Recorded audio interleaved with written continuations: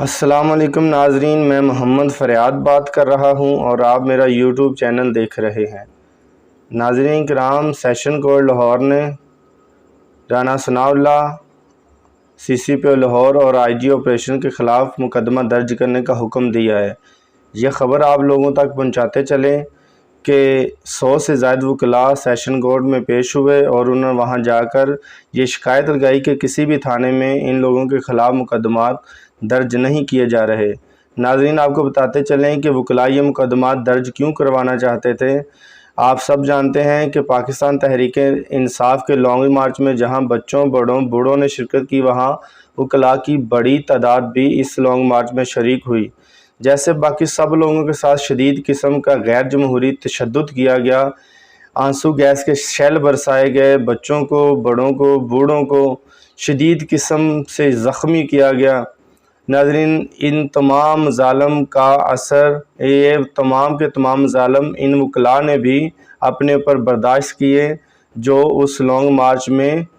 عمران خان کا ساتھ دینے کے لیے شریک تھے۔ تو ناظرین، وکلاء یہ سمجھتے ہیں کہ ان کے اوپر اور تمام باقی لوگوں کے اوپر یہ جو تشدد کیا گیا یا ان کا جو راستہ روکا گیا، ان کے اوپر آنسو گیس برسائی گئی، ان کے اوپر سیدھی ربڑ کی گولیاں ماری گئی، ان کے اوپر ڈنڈے برسائے گئے، ان کو شدید برے طریقے سے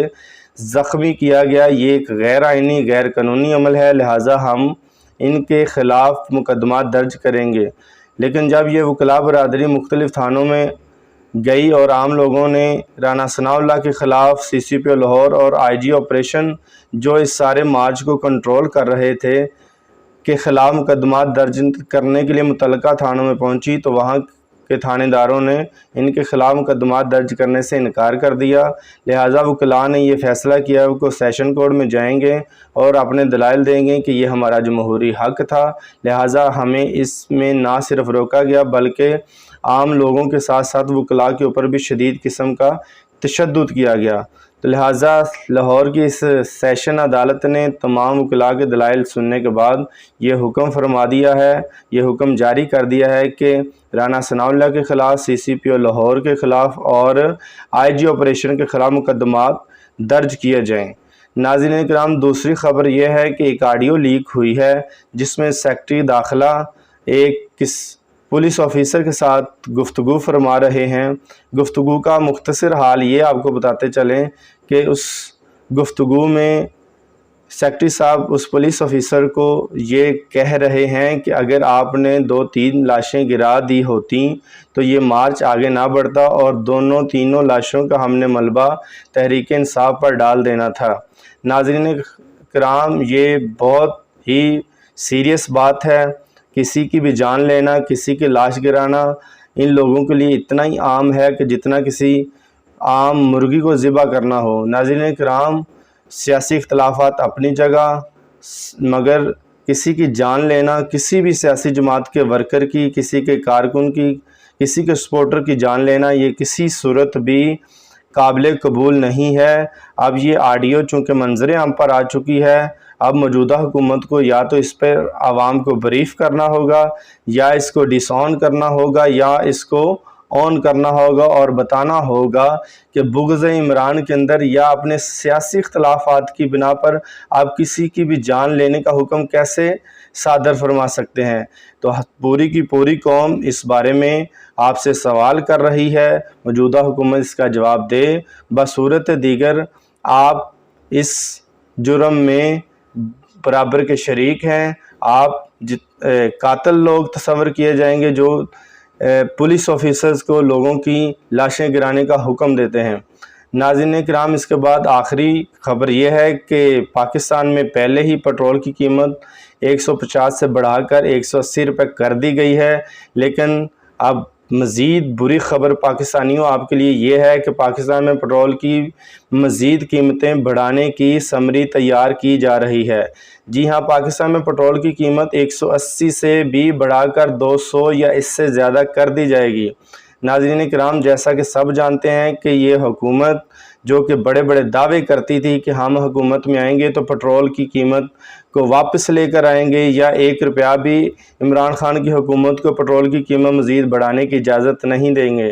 لیکن ناظرین سب دیکھ رہے ہیں اور بغور دیکھ رہے ہیں کہ یہ لوگ نہ تو پٹرول کی قیمت کو کم کرنے کے لیے اقتدار میں آئے، نہ ہی اشیاء ضروریہ کی چیزوں کی قیمتوں کو کم کرنے کے لیے اقتدار میں آئے۔ یہ اگر ایسا ہی ہوتا تو آج 2 ماہ گزرنے کے بعد چیزوں کی قیمتیں کم از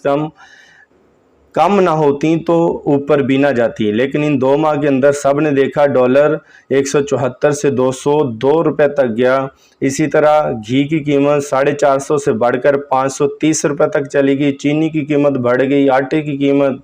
یوٹیلٹی سٹور میں گھی کی قیمت میں 208 روپے تک فی کلو کا اضافہ کر دیا گیا ہے۔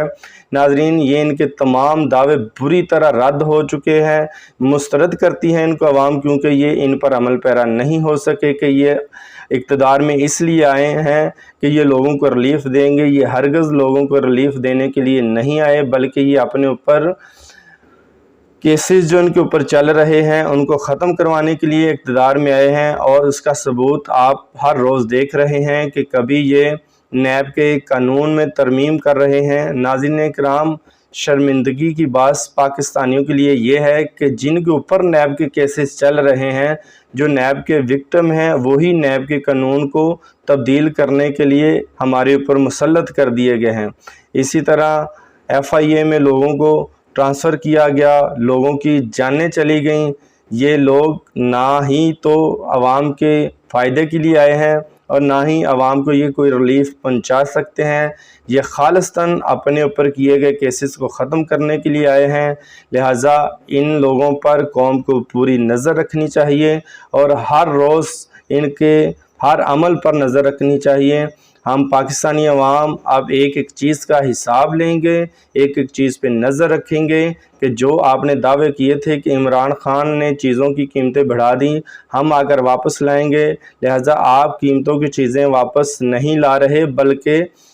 پہلے سے کہیں زیادہ کر رہے ہیں۔ تو ناظرین کرام، پٹرول کی قیمت بڑھنے کے ساتھ ساتھ یہ گھی کی قیمتوں میں اور باقی جتنی چیزیں ان کی قیمتوں میں مزید اضافہ ہوگا، جو اس بات کا ثبوت ہے کہ یہ لوگ اب پاکستانی عوام کو ریلیف نہیں دے سکتے۔ باقی اللہ ہم سب کا حامی و ناصر ہو۔ پاکستان